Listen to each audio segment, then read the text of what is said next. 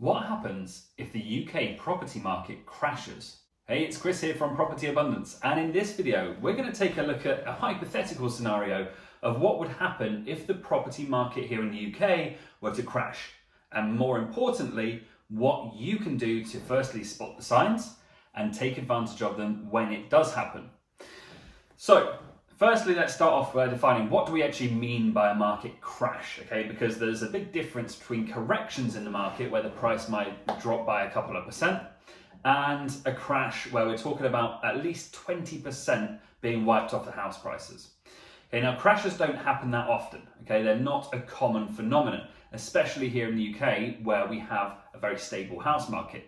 But we do have corrections every few years. Now, I'd probably say every decade or so, we get a correction in the market. The last one being around about 2008. So we're probably overdue a correction right now. Around the financial crash, that's the last time we had a big correction in house prices. Since then, there have been little wobbles, but nothing massive. Okay, 2008 was the last time we saw a big dip in house prices.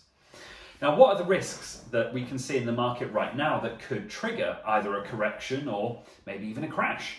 Well, right now, there's a few things going on in the market industry that could potentially impact the supply and demand of property. The first is that there's a new bill coming out next week called the Renters Reform Bill.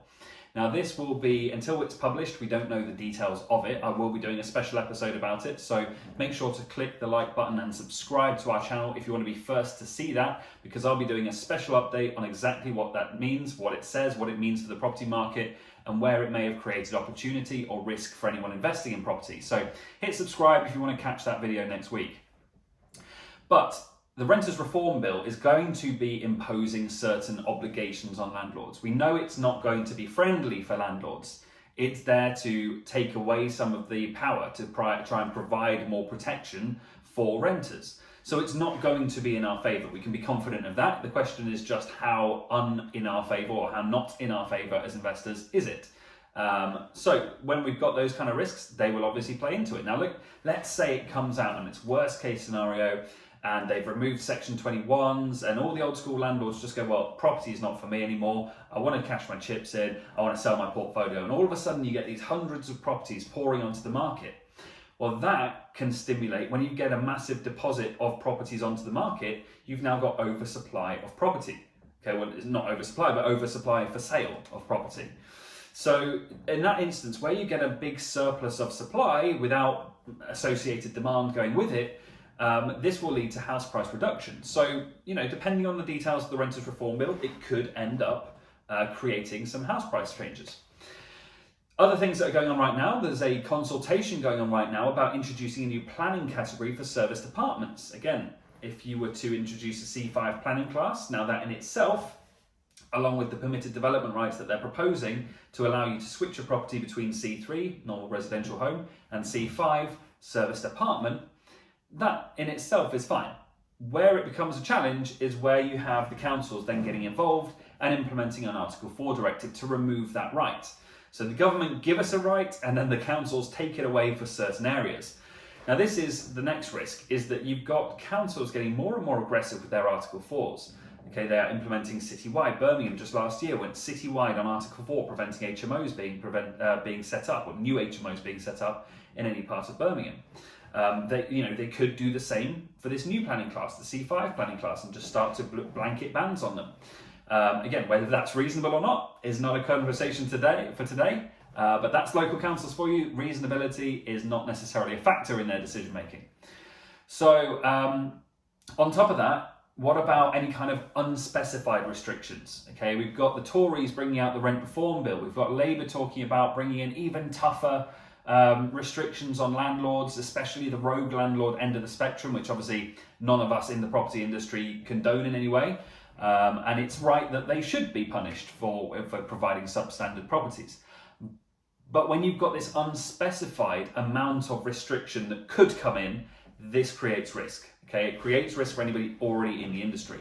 So Rent Reform Bill, C5 planning class, extended use of Article 4, unspecified restrictions from both the Tories and Labour. Next year's a general election. Whoever gets in is probably going to implement something else.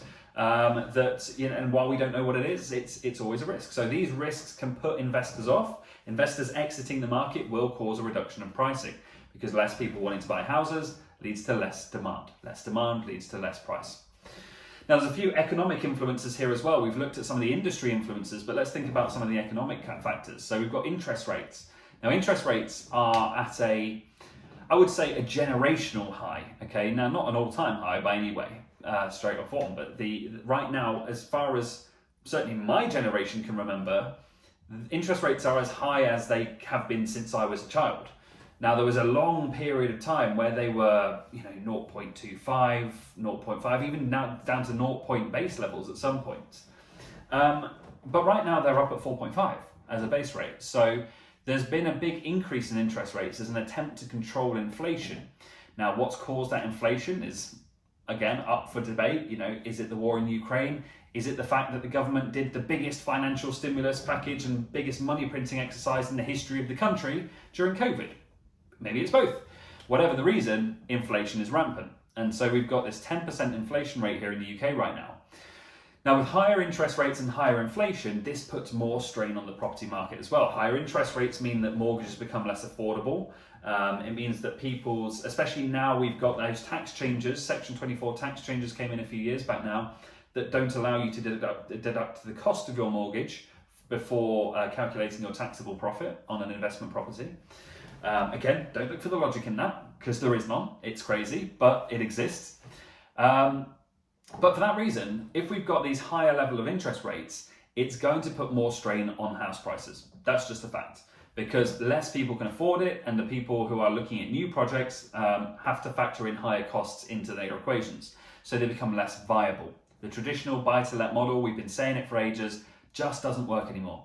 Okay, now that's fine from an acquisitions point of view when you're looking to acquire your next property investment, because then you can focus your attention on the things that do work, and there's plenty that does still work. But the problem is there's lots of old school buy-to-let landlords out there that do have buy-to-let properties, do have the vanilla buy-to-lets, where they own the house, they have a big mortgage, and all of a sudden they can't deduct the cost of that mortgage, and now all of a sudden the cost of that mortgage has just doubled overnight. So these kind of things will push people, or force people, I should say, not necessarily to push them, but will force people to have to sell, because what was once profitable no longer is for them. Same with inflation. Again, with higher inflation comes less disposable income within the general population, so less money available to buy their new houses, to upgrade their houses, for first-time buyers, for investors.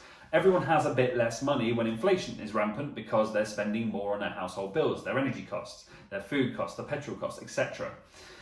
And then there's the supply versus demand question. Now, right now, in the UK, we have an undersupply. Every government for the last consecutive 10 governments has said that they're going to deal with that and that they're going to fix that. And it doesn't matter whether it was a Tory government or a Labour government, no one's fixed it. Okay, now that's because we have a growing population and we have years of undersupply. So no government promising to fix that is going to fix that. It's not going to be feasible. Certainly in the short term, in the period of a 4-year government, it won't be.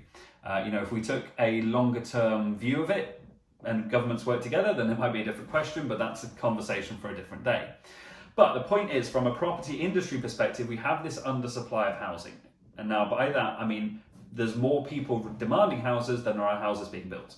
Okay, so we have continued population growth through births and through immigration here in the UK, and that leads to more people wanting to buy houses.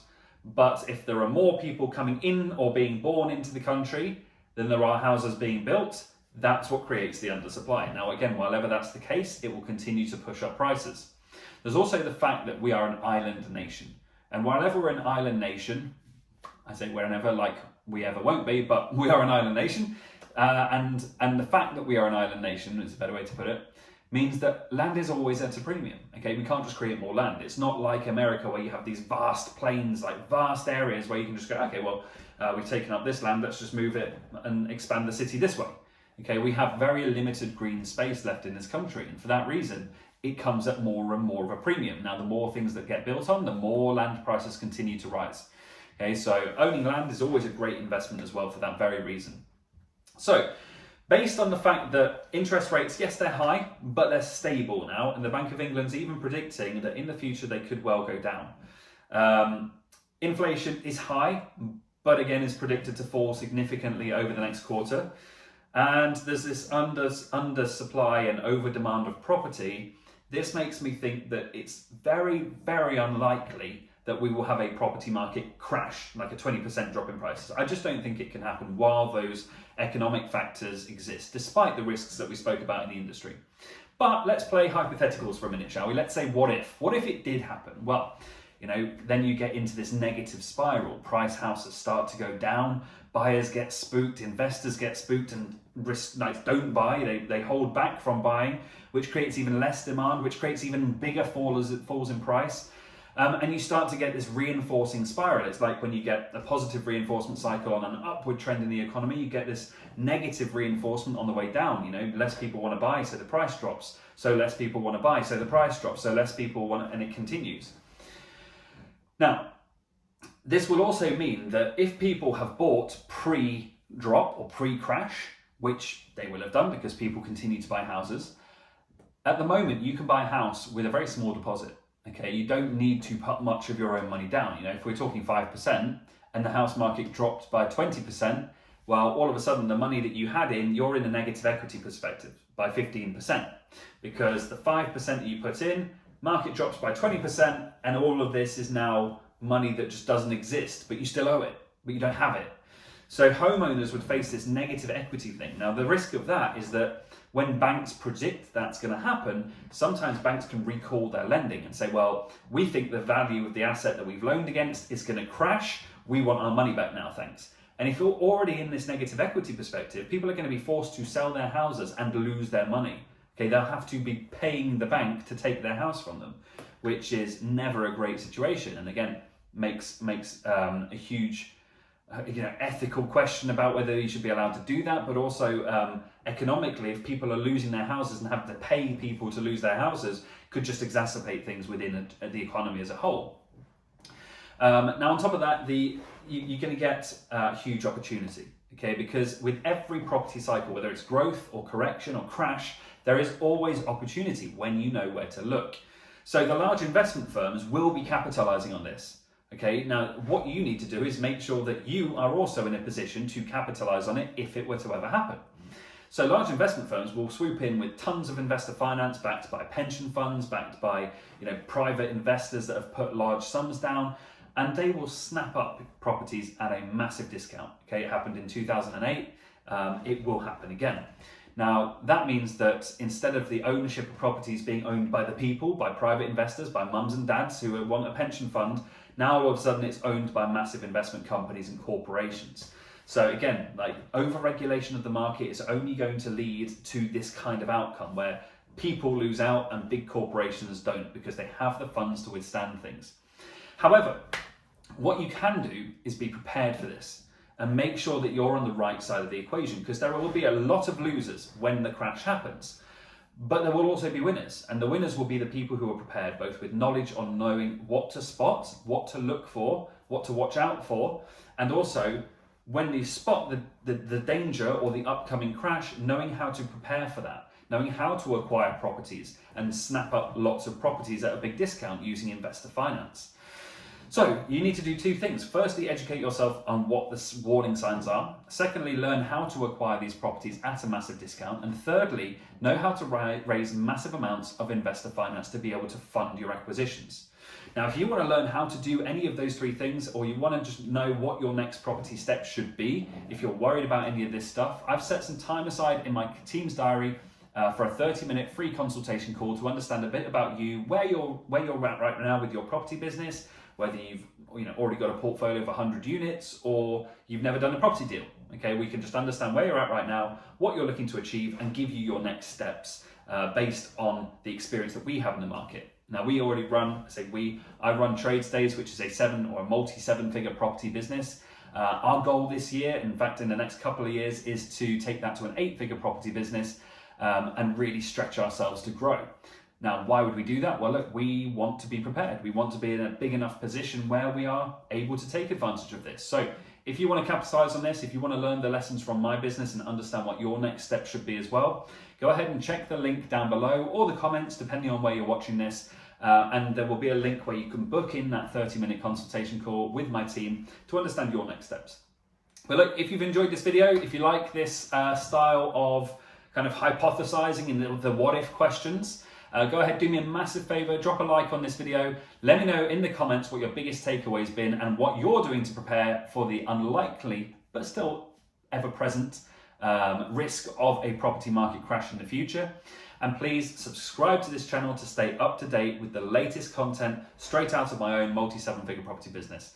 Other than that, guys, I'll see you on the next video. Bye-bye.